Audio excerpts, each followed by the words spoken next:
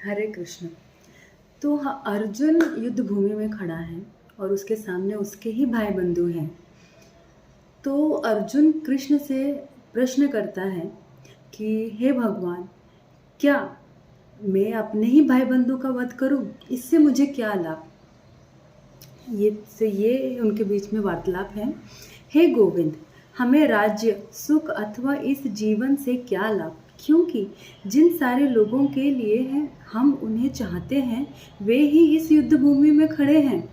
हे मधुसूदन, जब गुरुजन, पितृगण, पुत्रगण, पितामह, मामा, ससुर, पौत्रगण, साले तथा अन्य सारे संबंधी अपना अपना धन एवं प्राण देने के लिए तत्पर हैं और मेरे समक्ष खड़े हैं, तो फिर मैं इन सबको क्यों मारना चाहूँगा, भले ही वे मुझे क्यों न मार डालें। हे जीवों के पालक, मैं इस सबों से लड़ने को तैयार नहीं, भले ही बदले में मुझे तीनों लोग क्यों न मिलते हो। इस पृथ्वी की तो बात ही छोड़ दे, भला धृतराष्ट्र के पुत्रों को मारकर हमें कौन सी प्रसन्नता मिलेगी। तो इस पूरे कथन का तात्पर्य हम जानने की कोशिश करते हैं। जो है, अर्जुन ने भगवान कृष्ण को गोविंद कहकर संबोधित किया, क्योंकि वे गौओं तथा इंद्रियों की समस्त प्रसन्नता के विषय हैं। इस विशिष्ट शब्द का प्रयोग करके अर्जुन संकेत करता है कि कृष्ण यह समझे कि अर्जुन की इंद्रियां कैसे तत्पर होंगी, किंतु गोविंद हमारे इंद्रियों को तुष्ट करने के लिए नहीं है।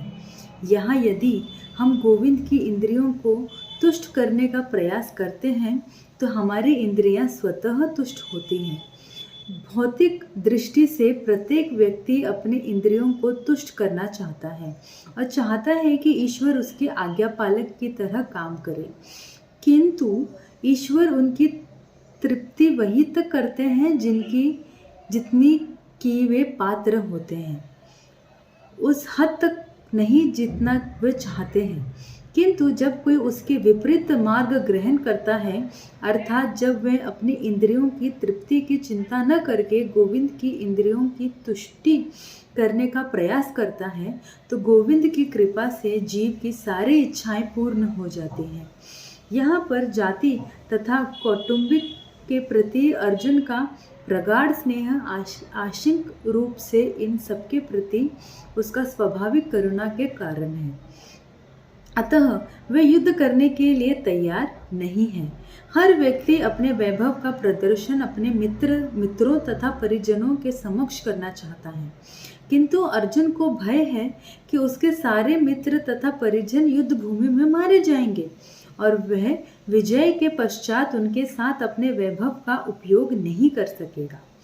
भौतिक जीवन का यह सामान्य लेखा जोखा है, किंतु आध्यात्मिक जीवन इससे सर्वथा भिन्न होता है।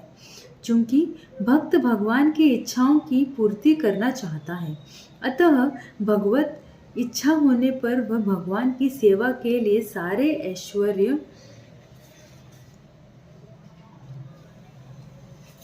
ऐश्वर्य स्वीकार कर सकता है, किंतु यदि भगवत इच्छा न हो तो वह एक पैसा भी ग्रहण नहीं करता। अर्जुन अपने संबंधियों को मारना नहीं चाह रहा था, और यदि उनको मारने की आवश्यकता हो तो अर्जुन की इच्छा थी कि कृष्ण स्वयं उनका वध करे। इस समय उसे यह पता नहीं है कि कृष्ण उन सबों को युद्ध भूमि में आने के पूर्व ही मार चुके हैं और वह सब निमित्त मात्र बनना है।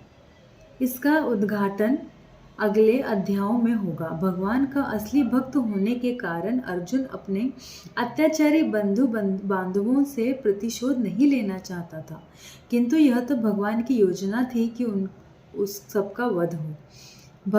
भगवत भक्त दुष्टों से प्रतिशोध नहीं लेना चाहते, किंतु भगवान दुष्टों द्वारा भक्त के उत्पीड़न को सहन नहीं कर पाते। भगवान किसी व्यक्ति को अपनी इच्छा से क्षमा कर सकते हैं, किंतु यदि कोई उसके भक्तों को हानि पहुंचाता है तो वे उसे क्षमा नहीं करते। इसीलिए भगवान इन दुराचारियों का वध करने के लिए उद्यत है, यद्यपि अर्जुन उन्हें क्षमा करना चाहता था। देखो यहाँ पे सबसे महत्वपूर्ण जो सेंटेंस है जो है कि भगवान की योजना थी कि सबका वध हो। भगवदत्त दुष्टों से प्रतिशोध नहीं लेना चाहते, किंतु भगवान दुष्टों द्वारा भक्त के उत्पीड़न को सहन नहीं कर पाते। भगवान किसी व्यक्ति को अपनी इच्छा से क्षमा कर सकते हैं, किंतु यदि कोई उनके भक्तों को हानि पहुंचाता है तो वे उसे क्षमा नहीं करते। इसीलिए भगवान इन दुराचारियों का वध करने के लिए उद्यत थे। यद्यपि अर्जुन उन्हें क्षमा करना चाहता था।